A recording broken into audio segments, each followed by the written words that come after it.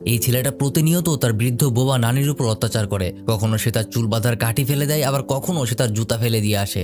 অথচ এই বৃদ্ধ নানি তাকে বাজারে সবজি বিক্রি করে লালন পালন করে। এমন একটা গল্প নিয়ে 2002 সালে তৈরি করা হয় Korean cinema the way home. আমি বাজি ধরে বলতে পারি ভিডিওটা দেখা শেষে আপনার চোখে পানি চলে আসবে। তাহলে চলুন বেশি কথা না বলে গল্প শুরু করা যাক। এই ছোট্ট ছেলেটার নাম সাং উ। গল্পের শুরুতেই দেখা যায় সাং উ আর তার মা একটা বাসে করে গ্রামের উদ্দেশ্যে রওনা দিয়েছে। সাং উ তার মায়ের সাথে দক্ষিণ কোরিয়ার রাজধানী সিওলে বসবাস করত। কিন্তু 1 বছর আগে তার মা বাবার ডিভোর্স হয়ে গেছে। কিছুদিন আগে তার মায়ের চাকরিটাও চলে গেছে। নতুন চাকরি খোঁজার জন্য এখন কিছুদিন সময় লাগবে। তাই এখন তার মা তাকে কিছুদিনের জন্য তার নানির কাছে রেখে আসতে যাচ্ছে। গ্রামে পৌঁছানোর পর তার মা তাকে নিয়ে তার নানির বাড়ির উদ্দেশ্যে রওনা দেয়। যাওয়ার সময় সাং উ কোনোভাবেই সেখানে যেতে চায় না, কিন্তু তার মা তাকে কিছুটা জোর করেই তার নানির কাছে নিয়ে আসে। কিন্তু এখানে এসে সাং উ এর একদমই ভালো লাগে না। তার মা এবং তার নানি যখন গল্প করছিল তখন সে বিরক্ত হয়ে নানির জুতাগুলোর উপরেই প্রস্রাব করতে থাকে। এরপর তার মা তাকে তার নানির সাথে কথা বলতে বলে, কিন্তু সে কোনো কথাই বলতে চায় না।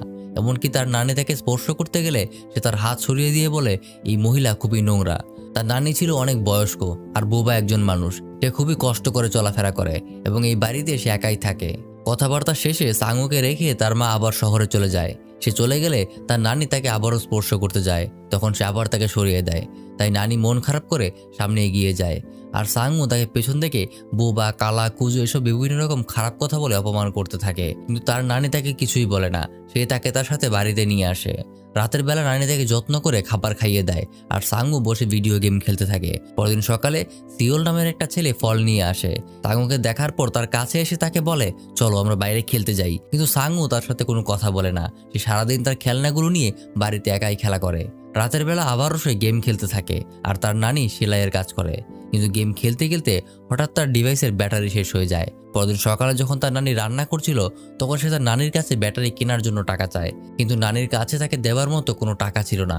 এরপর দুপুরে যখন তার নানি জামা কাপড় ধুচ্ছিল তখন সে আবারও তার কাছে আসে এবং ব্যাটারি কেনার জন্য টাকা চায়, কিন্তু নানি বুকে হাত দিয়ে এমন একটা ইশারা করে। সাংউ এটার কোনো কিছুই বুঝে উঠতে পারে না। সে তার নানিকে ধাক্কা দিয়ে ফেলে সেখান থেকে চলে যায়। বাড়িতে এসে সাংউ সব জায়গায় টাকা খুঁজতে থাকে, কিন্তু কোথাও সে কোনো টাকা পায় না। আর যখন তার নানি বাসন ধুয়ে একটা জায়গায় রাখে তখন সে রেগে গিয়ে সেটা লাথি মেরে ভেঙে ফেলে। নানিকে আরো বেশি কষ্ট দেওয়ার জন্য সে চুরি করে নানির জুতাগুলিকে বাইরে ফেলে দিয়ে আসে। আর সেই জন্য এই বৃদ্ধ মহিলাকে খালি পায়ে পাথরের পাহাড় পাড়ি দিয়ে খুব কষ্ট করে পানি নিয়ে আসতে হয়।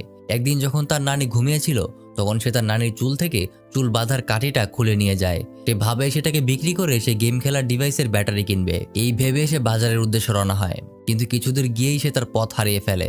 তখন সে